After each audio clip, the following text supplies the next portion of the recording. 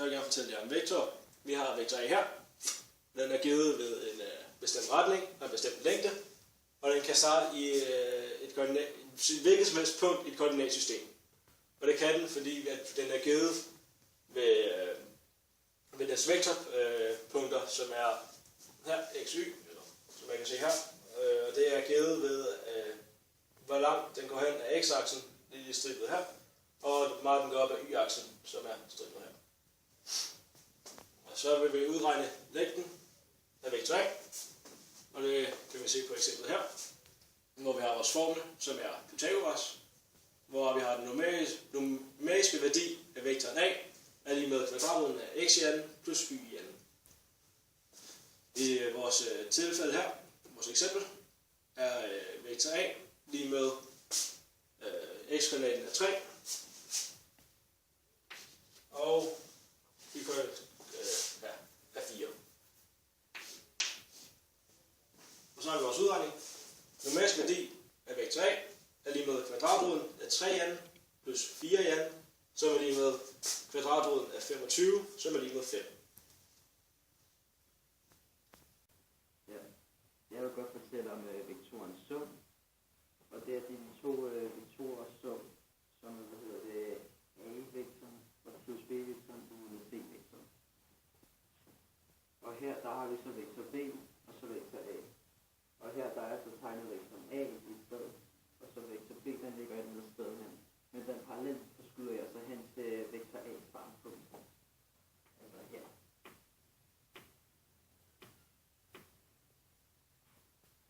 Og så den måde jeg så kan finde vektor C på er, at jeg kan parallelt forskyde vektoren A, den modsatte side heroppe. Og det samme det kan jeg så også gøre for vektor B.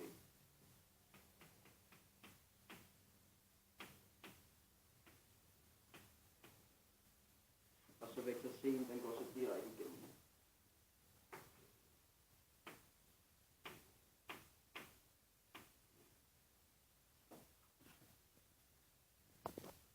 Ja, her der vil jeg så vise de to vektorer sum. Og jeg har så fået oplyst vektoren A og vektor B. Og der er altså for oplyst vektoren A er 3 og 4, og vektor B er 4 og 3. Og hvordan jeg så finder vektoren C, det er plus 3 og 4, som er x-værdien, og så y-værdien, det er 4 og 3. Og så c-værdien, den vil så blive 7,7. Jeg vil gerne fortælle om differencen af to vektorer, som er heroppe vektor A minus vektor B minus vektoren C. Og hvis jeg altså tegner vektoren A her, og så vektor B her, men det vi så kan gøre, er, at vi kan parallelt forskyde den her til vektoren A start. Ja. Og så kan vi finde vektoren C ved at gøre, at starte ved B-punktet, hen til slutpunktet B-punktet, og så slutte af her ved A-slutpunkt.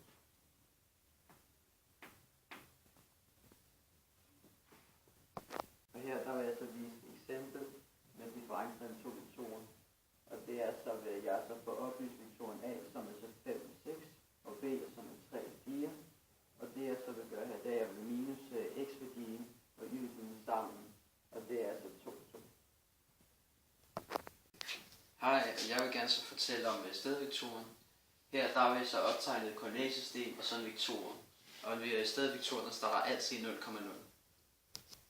Hej, jeg vil gerne fortælle lidt omkring enhedsvektoren.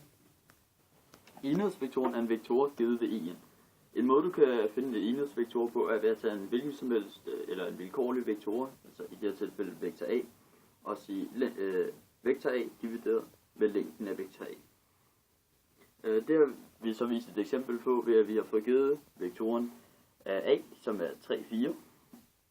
Så vil vi finde enhedsvektoren på den ved at sige 1 divideret med kvadratroden af 3n plus 4n, som er længden af den, gange med vektor A. Det vil så sige, at enhedsvektoren er 1 divideret med 5 gange med vektor A, som så vil give enhedsvektoren 3 divideret med 5 og 4 divideret med 5. Det vi har gjort er, at vi har ganget vektor A ind på EI's plads. Det vil sige, at så har vi taget 3 og divideret med 5. Det er den første. Det er vores x værdi. Og så har vi så 4 divideret med 5, som så er vores y-værdi. Så har vi så tænkt os at tjekke, om det er en enhedsvektor, fordi den skal være længden 1, har vi så brugt længden af en vektors formel. Og så indsat 3 divideret med 5 i anden, plus 4 divideret med 5 i anden, som så giver 1. Hej, jeg vil gerne fortælle jer noget trianvektor. Her har vi vektor A, som har vektorkoordinater x og y, som vi ser her. Og så har vi så dannet en tværvektor, vektor A hat, som står vinkelret på vektor A, som har vektorkoordinater x minus y. Her er vi her. Og det har den, fordi at den står 90 grader mod uret på vektor A. Her har vi så et eksempel på tværvektoren.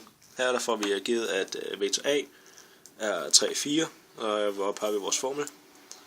Og det vil så sige, at hvis vi kigger herned, så vil vi se, at det der, det skal så være minus y. Så den kommer til at hedde minus 4, og den er x her, så den kommer bare til 3. Og så indsætter vi bare herop, så den hedder minus 4, 3. Hej, jeg vil gerne fortælle lidt omkring prikproduktet mellem to vektorer. Prikproduktet er en metode at gange to vektorer på. Altså hvis vi får opgivet vektor A til at være A1 og A1, A2, og vektor B til at være B1, B2, så ved vi, at vektor C vil være differencen mellem dem, altså vektor A minus vektor B, som er det samme som A1 minus B1 som x-værdi, og A2 minus B2 som y-værdi. Så kan vi så regne længden af vektor C ud ved at bruge cosinusrelationen og sige længden af vektor A i anden plus længden af vektor B i anden minus det dobbelte produkt gange cosinus til vinkel V. Det kan vi så isolere til at regne vinklen ud ved at sige længden af vektor A gange længden af vektor B gange cosinus til V er det samme som længden af vektor A i anden plus længden af vektor B i anden minus længden af vektor C i anden divideret med 2. Så kan vi så reducere det her stykke ved at sætte det op og så finde længden af dem her ved at sætte det op som A1 i anden plus A2 i anden og gøre det for dem alle sammen og stadig dividere det med 2. Så kan vi så udregne alle parenteserne og derefter reducere det til at få det til A1, B1, A1 gange B1 plus A2 gange B2. Så har vi så fundet ud af, at længden af vektor A gange længden af vektor B gange cosinus til V er det samme som A1 gange B1 plus A2 gange B2. Derved har vi så fundet ud af, at prikproduktet kan være A prik B, eller A-vektor prik B-vektor, at kan enten være A gange 1, A1 gange B1 plus A2 gange B2, eller det kan være vektor A prik vektor B, som er længden af vektor A gange længden af vektor B gange cosinus til V. Det er også en måde, man kan vide, at to vektorer vinkelret på hinanden, hvis at prikproduktet mellem dem giver 0. Fordi hvis cosinus til 90 grader, det er lige med 0. Og hvis du ganger noget med 0, så vil det blive 0. Jeg vil så gerne vise et eksempel på, hvordan man kan finde tallet 10, således at de to vektorer er vinkelret på hinanden. Vi bruger først vores prikproduktsformel, at A1 gange B1 plus A2 gange B2, det skal være lige med 0, fordi de to vektorer er vinkelret på hinanden, som vil i den anden formel give 0. Vi indsætter derfor vores værdier, A1 som er i det her tilfælde t plus 3, og B1 som er t, det plusser vi som 4 som er A2, og ganger det med minus 7 som er B2. Så får vi en andengradsligning t i anden plus 3t minus 28 som er lige med 0. Vi bruger derefter andengradsligningens udregningsformel, som hedder minus b plus minus kvadratet af b i anden minus 4a i c divideret med 2a. Og indsætter vores værdier. Vores b er 3, som så bliver minus 3, plus minus kvadratet af b i anden, som er 3 i anden, minus 4 gange a, som er en, gange c, som er minus 28, og dividerer det med 2a, fordi a var i. Så får vi så, at t er lige med minus 3 plus minus kvadratroden af 121 divideret med 2. Så udregner vi kvadratroden til at være 11. Så får vi, at t er lige med minus 3 plus minus 11 divideret med 2. Og får så derfor, at t skal være 4 eller t skal være minus 7. Vi indsætter derfor så og får to vektorpar, som er, hvor a-vektoren er 7,4 og b-vektoren er 4, minus 7. Eller at a-vektoren er minus 4,4 og b-vektoren er minus 7, minus 7.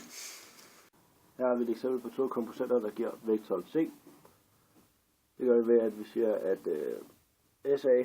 S gange vektor A er lige med 3S, 4S, og T gange vektor B er lige med 6T, 5T. Og det får vi så to ligninger med to ubekendte ved at vi tager x-værdierne og flytter sammen, og y-værdierne flytter sammen, og laver to ubekendte. Ja. Det finder vi ud af, at S er lige med 10 minus 2T, og det gør vi ved, at vi har 3S plus 6T, som er lige med 30, og så isolerer vi S ved at flytte 6T over på den anden side af ligningstegn, så 3S er lige med 30 minus 6T, og så dividerer vi med 3, og det giver så S er lige med 10 minus 2T.